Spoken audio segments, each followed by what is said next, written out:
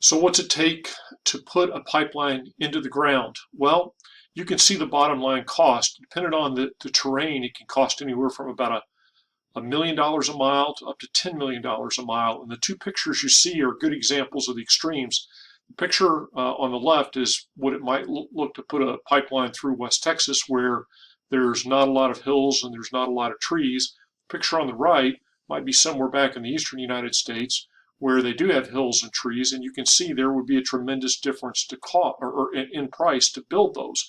Now, the pipelines are always constructed of steel, and eventually it's corrosion that becomes an issue with pipeline safety. And so that's something that the companies have to keep an eye on, is the condition.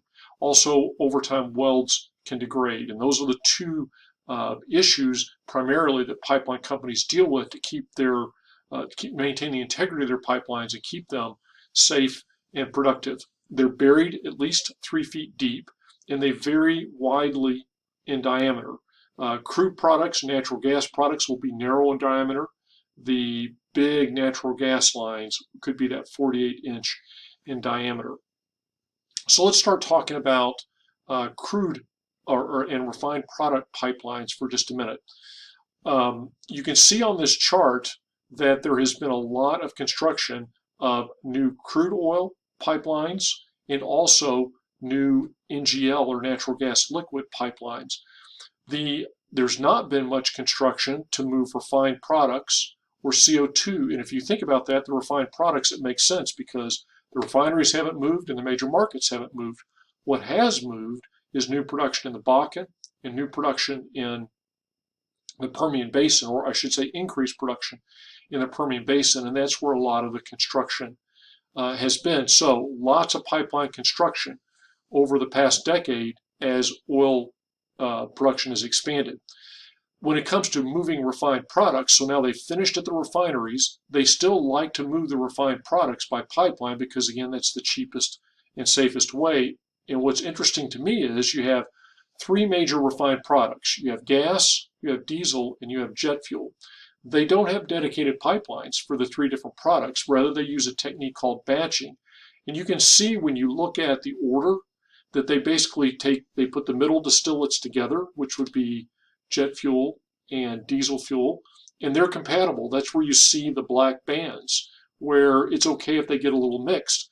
And then when you start talking about gasoline, the higher, which is more chemically different than the middle distillates, then where they touch the diesel fuel or the jet fuel, that creates a transmix that they have to remove a certain product of that. And I don't know whether they just throw it away or they send it back through a refinery to separate the two or something like that. But they can move all those products. And so there's a scheduling process that also goes on to move the products from the refinery. Let's talk about natural gas pipelines.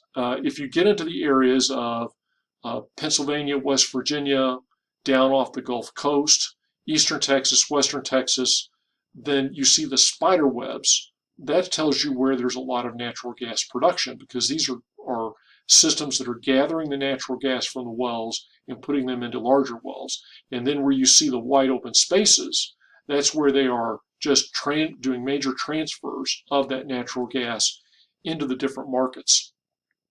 Unfortunately, it's a little bit of a dated graphic, but it's the most current one I can find, that shows you that a lot of gas moves off the U.S. Gulf Coast and out into the rest of the United States.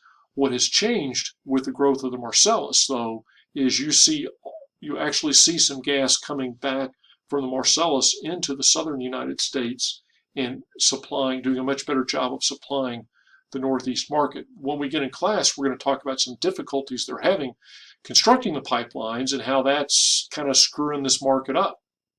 But lots of natural gas pipelines. And again, we don't think about the fact, but imagine that, over almost 1/3 miles of wide diameter, high pressure main lines. That's not talking about the gathering lines. It's not talking about the local distribution lines to get it to our houses.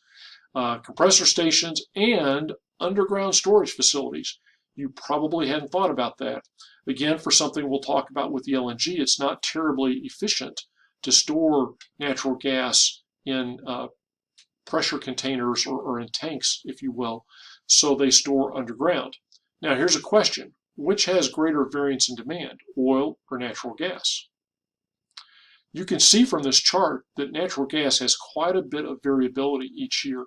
And that's because as you get into the winter heating season, people who have natural gas heat, like me, turn on the heat and use it to keep their house. You also see the bump in the summer, and that bump is getting a little bit bigger, and that's the growth of natural gas in electrical generation. Well, that means that you've got to have a pretty efficient storage system for the natural gas, since they probably let the wells produce most of the year. So you're putting they put a lot of gas into storage, particularly in the fall, as they're getting ready for the winter heating season. And you can see the different types of storage around the United States. If you look very carefully in that little map in Texas, you'll see that there are a couple of depleted wells that are used for natural gas storage. And what's interesting is if you drive from Wichita Falls to the Metroplex down 287, as you get into the area where I'm having a senior moment here, it's the town that's the speed trap. It's past Henrietta, but before Bowie. Anyway, I can't think of it. I'm sorry. On the right side, if you're driving toward the Metroplex, on the right side is where those storage wells are. There's actually a lot of storage about 30, 40 miles away from Wichita Falls. Incidentally, you would never recognize it.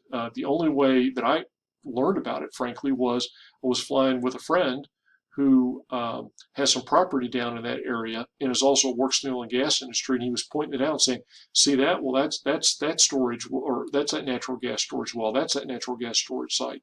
It's not just a well, but it's a whole reservoir area." So pretty cool.